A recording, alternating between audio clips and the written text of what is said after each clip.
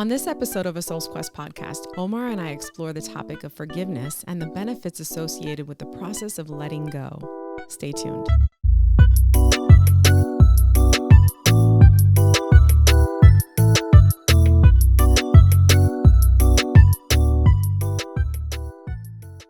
How you doing?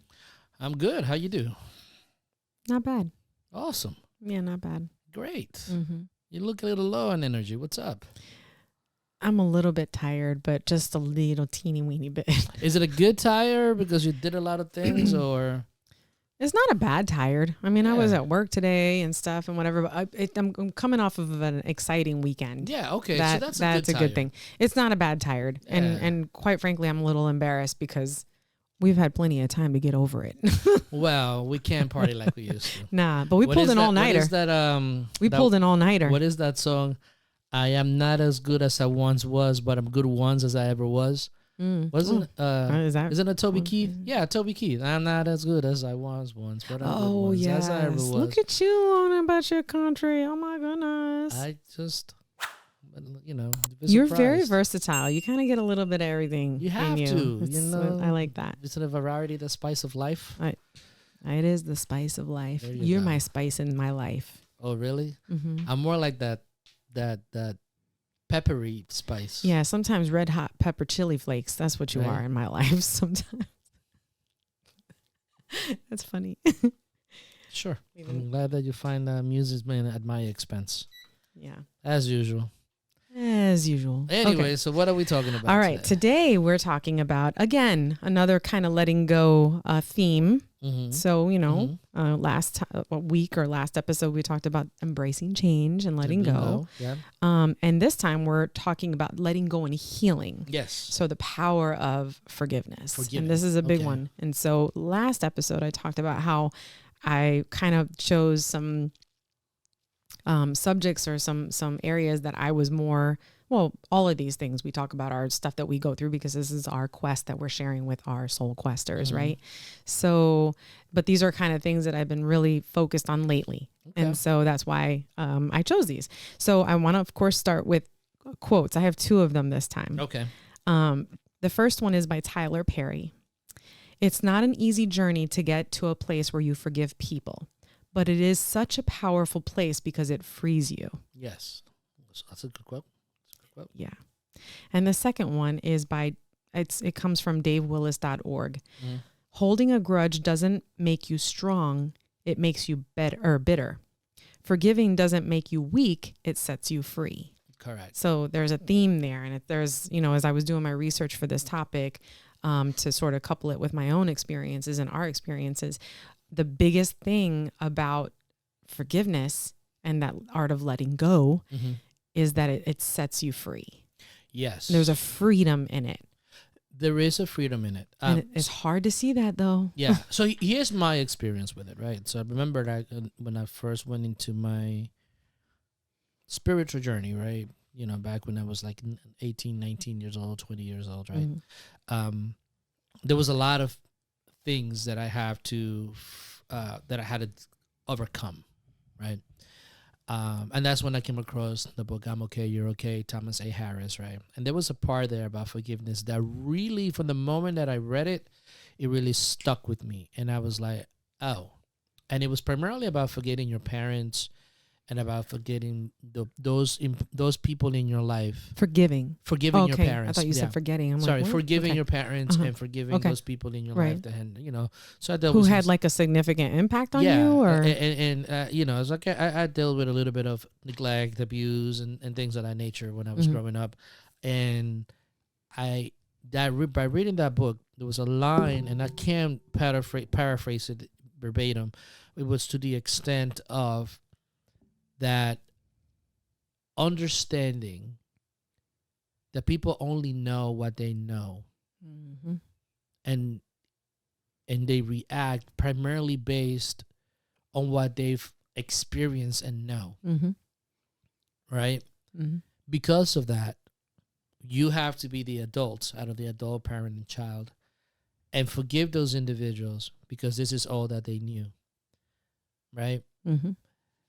At first, I was like, what? It's like, they should know better. right? People should know better. That was my first reaction. But the more I started reflecting on it and the more that I started thinking about it, it made more sense.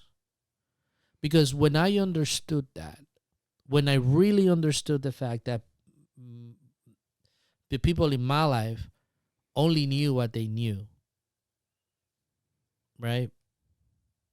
That it was my responsibility at that point to be able to say, I forgive you. Yeah. Right? Now, with that said, I still had to deal with the repercussions of the inferiorities, the put downs, all that psychological stuff. I still had to deal with it. Mm-hmm. I still had to overcome it. But what really kind of like led me to overcome a lot of the things, it was that part about accepting them for being human and allowing them the flexibility and the benefit of the doubt of being human, right? And understanding that I'm no longer in that situation and I'm no longer part of it, and that I've grown that stuff, but being able to be okay with it and let it go. And to this moment, right, even in this moment in my life, I'm close to those people, to most of them. They're my parents, they're people that brought me up. And I have a certain love. It's just weird, right? It's like there's no resentment there in my end. Where it was when I first started looking into it, there was a lot of resentment, but there's nothing but love now, because I was like, wow, this is all they knew, and even with that, they were able to sacrifice and put me in a better place, right? So forgiveness is a hard thing to. It's an easy thing to realize. I think. Well, let me rephrase that. It's not that it's easy to do. It's like it's really challenging to do. But when you start looking at it and saying, now that I understand where they were, now it's my responsibility to be able to, number one, not become the villain and do it to somebody else, or do your very best not to be that person, right? And then move forward differently in life. So I have a question for you then. Sure. Why is it that, and I know I understand why, they're your parents. So you're going to do what you can to figure out the whys and try to forgive and let go and not be resentful and be angry and all these things. So why does that not to say that what you went through was easy, but why does that not apply to other people then? Because I think that there are other people, even in our lives right now, who consistently say things and do things that we're just like, what the hell, and we're just like, I'm not doing that. I'm not dealing with them. I'm not, and it's hard to sort of understand that they're human and this is how they are. And I think part of it is that we don't have to take abuse. Correct. But so then how do we navigate those types of forgiveness to be able to be around those people, especially when you don't really have too much of a choice in the matter, without going too deeply into that. No, I mean, I know that you're being vague for a reason, right? But the idea will be this, right? The idea will be this, and this is when choices become challenging, right? And this is that idea of really forgiving the person and accepting what they are, but then having to make the very difficult and challenging choice of not having to be a part of it, or drawing your boundaries. Like distancing yourself. Drawing your boundaries, and that's not necessarily distancing yourselves, right? But then be able to be able to articulate how, hey, when this and this happens, this is kind of like the situation, and be able to share with them, like how that makes you feel, or how you might want to be able to be addressed in a different situation, so it's not complete avoidance, no, that's actually confronting it. Yeah. So when you completely avoid the situation, and not deal with it, you haven't really forgiven them. You're holding on to it, and you're just thinking, you're wishing that it goes away, right? Forgiveness entails also action, the action of being able to forgive, and say, yes, I understood it. I accept the fact that people make mistakes, but I'm also moving forward. I'm going to make sure that this person understands this is the way that establishing your boundaries that we are going to move forward. So then it's important in the process of forgiveness to be able to say, okay, this is somebody who's and some of this is my own thing with, like, for example, my father. People who've watched us from the get-go know that I don't have a relationship with my father, my biological father. And I have had to really work through forgiving him. And he does things occasionally that just completely insult me and make me feel like, really? Like, come on, man, really? And in those moments, I have to remind myself that, he's also working with what he has and what he knows. And there's not a lot that I know about my father. So I can only assume that he's experienced some form of pain, right? And as a human being and as a person who is sharing herself with the world in a way where we want to have kindness and spread knowledge and to bring people together, not tear them apart. It's challenging for me. And I literally, because every time I have reached out or I've said something or I've expressed how I feel and what I've written letters, I went to therapy for this whole thing, it just fell on deaf ears. And I was wrong and he was right. And that's just the way it is. And I'm a loser, and I'm a piece of, what for him. And that's fine. That's his problem, not mine. I want to live my life. And so with other people in our life, I feel the same way. Like, I haven't been able to draw those boundaries in a clear and concise manner. And so I really can't blame those people until I do that. Yep. Right?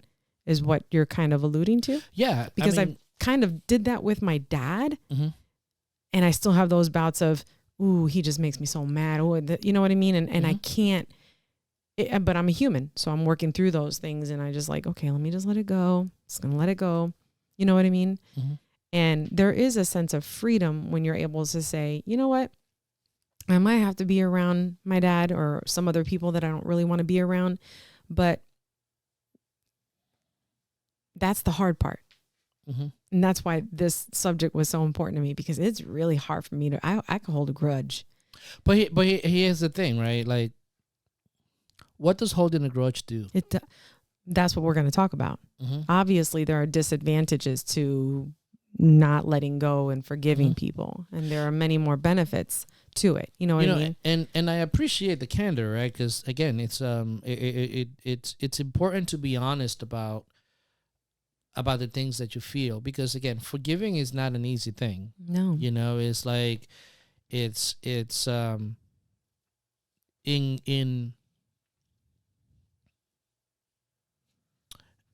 a way, it's something to strive for, right? It's something to strive. That's the ideal of Jesus on the cross. Father, forgive them, for they know not what they do. Yeah. Right? Now, how many of us are truly able to understand that and actually live from that? Very few. Very few of us, right, are able to actually do that. But those words, Father, forgive them, for they know not what they do. It's the acceptance, like I said, from the I'm okay, you're okay, Thomas Harris, is the fact that it's like we are all dealing with imperfect beings, and we are all imperfect beings, right? And we know what we know, and we think that we are making the best case scenario out of the situation. Some of us are more compassionate and more empathetic than others, right? So whenever you have that conflict, these emotions are going to arise. So what would be the best way to go about it? Personally, like I said, it was that realization, right? And taking the burden on myself to be able to figure out a way to heal myself without having to, change anybody, right? Because I can't change anyone. My mom is a very hyperactive woman, and I'm like, lady, chill out. My mom's not going to listen to me. She's going to do what she's going to do. And it's like I've come to a point that is like, okay, but and it's the same thing. It's you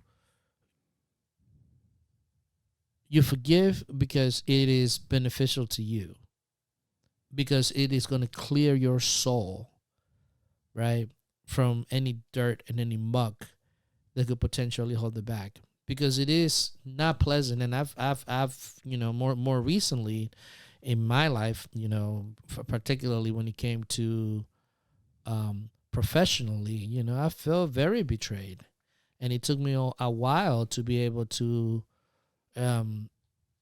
forgive those people. I understood why they did it.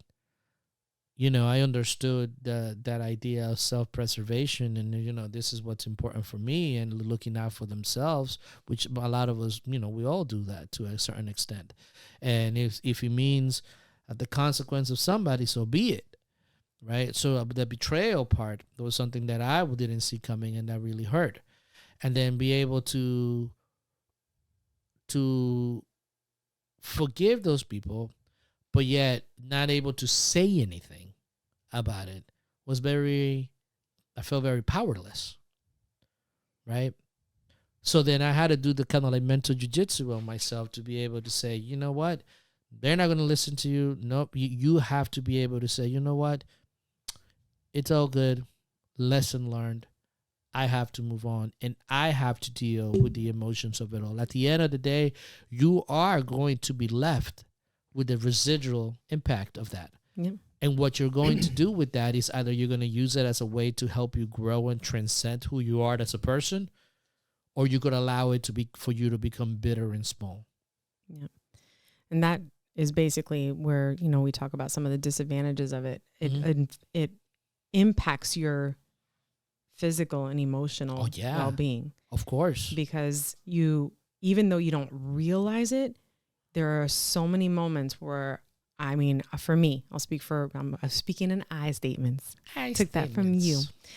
That I feel that I will ruminate and just consistently think about ways to get this person back, or these people back, or whomever did the transgression. If I see them on the streets, yes. If they come and say hello to me, I'm going to give it to them. Yes. And we do that, or I do that. And I always, if I see that person, I'm going to do this, and I'm going to tell them this, and I'm going to let them know about themselves. And it's like, for what? Mm-hmm. You know what I mean? When I think about it in the moment, I'll say that, and I'm all tough, and I'm like, yeah, but, and I'm not to say that if I get confronted by somebody, I have no problem with confrontation, but to what is the higher purpose? To what end? Yeah. Right? Is there a means to an end there? Yeah. And for me, it's that realization when I was writing this episode and doing research, and then just sort of inserting some personal stuff. It was really like, man, this really takes a toll on my heart. It does. And it takes a toll on my day-to-day perspectives on just people in general. Mm-hmm. You know what I mean? And just being able to accept people for who it's that aspect of control, and things that come into play. Mm-hmm. And I don't want to be that person. Yes. And so that's one of the disadvantages amongst many I have here. Now here's something that I just thought about, and I don't think you scripted on this one, right? Because we're talking about other people, right? Forgiving other people. Mm-hmm. Now here's one that's truly, truly hard. Really hard. Right? Mm-hmm. Forgiving yourself. Oof. Forgiving yourself for making mistakes. Yeah. Forgiving yourself for not being, quote unquote, where you should be. That one is a doozy right there. That one is a little bit like, uh-oh. Because how can you forgive yourself for being imperfect? Mm-hmm. Right? See, like, a lot of this stuff, we always think about the outside world from that point of view. Mm-hmm. Right, from the outside world. But when it comes to like us, and again, from my experience, I'm very harsh on myself and allowing myself the grace to be imperfect, mm-hmm. the grace to be passionate and be misconstrued as something else, right? Allowing myself that grace to be able to live from that too and be okay with that. Now that you said that, it's interesting because I know it was sort of an outward focus, but the truth is that in order for us to be able to do this for other people, we have to be able to do it for ourselves. I just told this to you yesterday or the day before about how, in order to help other people and give to other people, we got to be able to do that for ourselves. Correct. Or we're nothing to anybody else. You have to be. See, like, there's a word, like, I used to always joke around with people, say, I'm one of the most selfish people that you'll ever meet, right? They're like, no, you're not. You're always giving and stuff. But it's like, being selfish is being aware of who you are and your talents and your gifts and your life's purpose and all that stuff, and understanding that, and then living from that point, right? And a lot of it has to do with being a person that tries to do good, not always being successful at it, but tries, right? And the idea is to be able to look at yourself like that and be able to understand that it's okay to be walking and trip, right? That, and you have to be okay. It's okay that but again, it goes back to that constant pressure that society and everything outside of us put on ourselves for this idea of perfectionism and success and all this. It's like, in order to achieve that, you also have to be forgive. Not just the other people that have, trespassed against you, but also yourself for being human. Yeah. For being in this evolutionary game of trial and error, and not taking it so personal. Some people don't really care. Some people are okay with it. But if you are that type of person that is like, you take all that stuff in and saying that is a result of who you are as a person, you have to do that. And I'm speaking for myself mostly. Yeah. When it comes to that. And hopefully this resonates with others. But the idea is like, you have to be able to be more compassionate with who you are. Well, I think that a lot of people would agree that are watching or listening that the people that we're most hardest on is ourselves. And when we're hard on other people, oftentimes when we are able to self-reflect and really dig deep into what that was about, what was that all about, is the idea of, oh, I'm projecting my shit onto this person and I am blaming them. You know what I mean? I think that happens in relationships. I think sometimes we do that where we're angry about something that's completely outside of the other person, but we're going to make it about that other person because we have to dump it somewhere to make ourselves feel better. And that's hard to do because you have to be able to say, I got to forgive myself for being this way towards that person. And I got to be able to, forgive, just the process, you know what I mean, of going through what you're going through. And again, it's like, this is some of the, from a mythological standpoint, right, from that metaphorical way of looking at from, particularly like the Christ in terms of turning the other cheek and forgiving,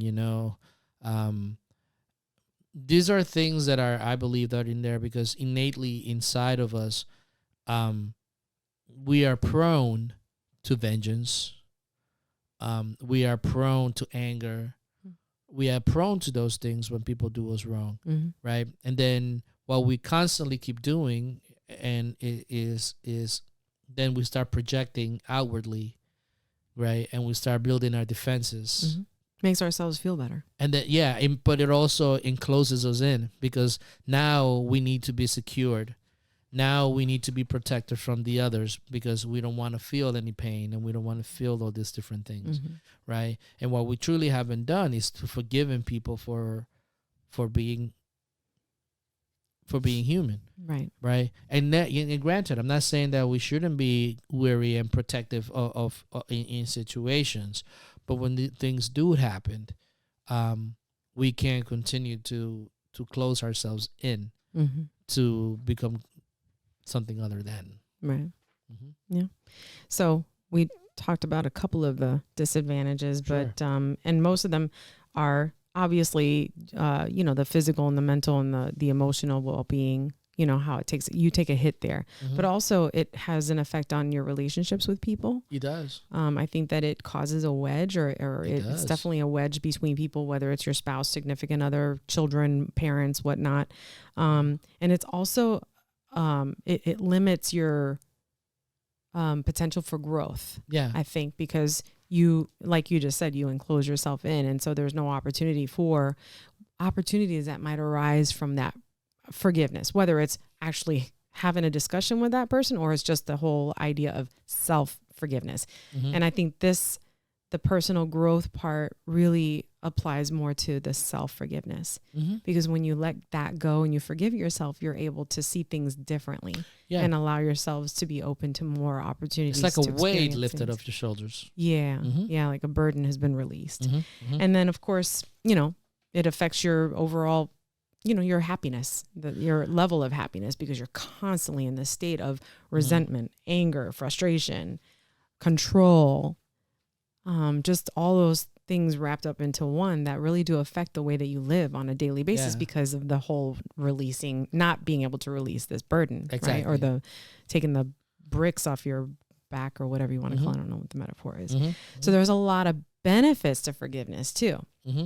I mean, like, one of the things that I like is, again, that inner healing, right? From a soul standpoint, both from a cognitive standpoint, your mind, it's almost as if you are cleaning all pathways in your brain, right? And you're creating new circuits because you no longer have that thing like that is set in one way. And it's like you're creating a new personality, a new habit, right? And from the emotional standpoint, right, from that, it's like the heaviness that clouds your judgment is lifted as well. Yeah.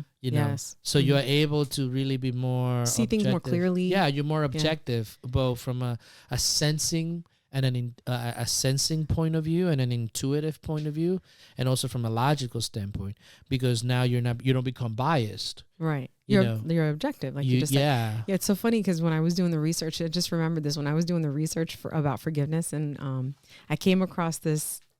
I don't remember where, but anyway, I read it, and the person used the when you take a shower or whatever, and you get water in your ear. What happens is you get this like sensation of you're feeling like you're underwater, right? Because this is like clogged. And so you have to like bang your head and do all this stuff to get the water. You're like, hitting yourself and doing, and it's a struggle to get the water out. Sometimes it's easy and it just comes out. Other times it's like, dang, why am I still feeling this? But as that water sits in there, you feel clogged, which is the word you use, right? Yeah. And it's so funny because in this same, I think it was a blog or something, when he was talking about it, was funny to read it because the way that he expressed it was like, you're going through this, I don't even remember. And he goes, but the minute that warm water drains out of your ear, how do you feel? Release. Exactly. You could see, you could smell better. And you're just like, finally, I'm feeling so. It's so great. He expressed it and used that analogy for letting go and forgiving somebody. And though I had to beat my head and do all these things to get the water out and bang it and go up and down and do some crazy stuff and water splashing everywhere. That's the struggle.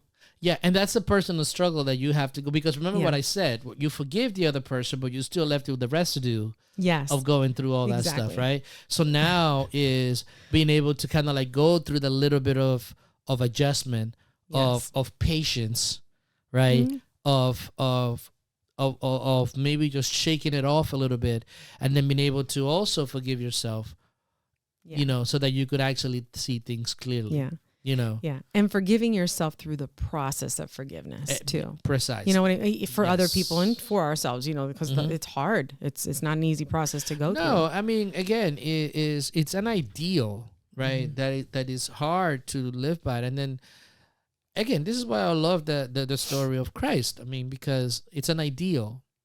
Forgiveness is one of the cornerstone principles when it comes to any religion. If you really look into it, anyone, every single mythology, that idea of forgiveness and atonement, right? Atonement, it's something that is very powerful, because it realizes and that idea encapsulates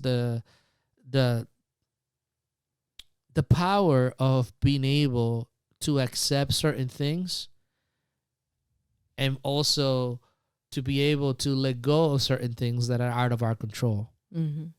And the peace of being able to know the difference between the two. Yeah. You know what I mean? Yeah. Right. And and that's the interesting thing. And again, it's like you still are going to always have naysayers, and you're still going to have people that will put you down, and you will put yourself down. And the idea is, number one, forgive them for they know not what they do. Forgive yourself because you know not what you do, right? And then be able to become at peace with that, you know. But also when you say that, because that's like it's like the I don't know what the word is, but basically what I'm saying is you have to be able to have enough fortitude to be able to realize awareness to be able to know that, okay, I'm going through this. I don't get it. I'm frustrated. I'm angry. And so that's the part about having grace for your own actions and behaviors and being able to go through that is what I'm getting from what you're saying. It is, because it's like for instance, like, I'm glad that you brought that up. It's like, I know that because this is the interesting thing, right? It's like, you can't just go by emotion. You got to be able to use logic too. You got to be able to use your cognitive. It's like, that's why it's so important to make sense of both, right? So if you're going through an emotions of anger, you got that emotion of revenge, you got to be able to be logical about it and say, okay, why is this happening? Am I angry because I didn't see this coming? Am I angry because this person should have known better? Am I angry because how could somebody do this to someone that made them no harm? Right? But you see, all those things that I just mentioned are all outside of your control. Well, and then trying to make sense out of it is like running in the hamster wheel. Precisely. You're not going to get anywhere with that. You may never get an answer. Why would that happen? I ask that question all the time about why my ex-husband treated me the way that he did. What did I do to you that was so terrible? That what did your dad do? What did you do to your dad? What did I do to him? You know. So it's like when you look at those things and you spend your time, you know, focusing on that alone, like, why? It's like, the answer to that is like, because we're human. Right. And because we're human, we tend to be also emotional. Yeah. And because we're human, we'll be a reactor. Because we're human, we're also sometimes animalistic, you know, and then we don't know how to react, and we don't know how to articulate feelings and emotions, and we don't know how to do all this stuff. But the more you start realizing that, the more you start kind of like coming into a peace with your own self, you know. And so it's a dance. It's a dance that requires a little bit of effort to be able to come to that acceptance and be able to be, you know, good. And but you see it. I mean, that's on an individual basis, but you see it in our society, the inability to be able to forgive past transgressions, and then being able to move collectively forward as a human race. Like, we're still struggling with that. We've gotten better, but, you know, then you got the oppressors and the oppressed and vice versa, and this and that and the other and all that. You see it manifesting not just in the micro, in the individual, but you see it manifesting also in the macro, that inability to be able to forgive oneself and forgive the other, and then be able to coexist. Yeah. You know, without condemning. Which is often what we do. It's a very polarized thing, you know. Yeah, what I mean? we do that. That's how we do, you know. So we just got to be cognizant. We have to be aware. But once things are become lighter, then you have an opportunity for something different and something possibly better. Right. Yep. So we talked about some of the advantages and the disadvantages of holding on to a grudge. Or not forgiving. Not letting go. Yep. And we have 5 practical strategies for individuals to use or assist them through the process of forgiveness. Sure. So the first one is to practice self-compassion. And we talked about this because we talked about grace for ourselves, right? Self-compassion.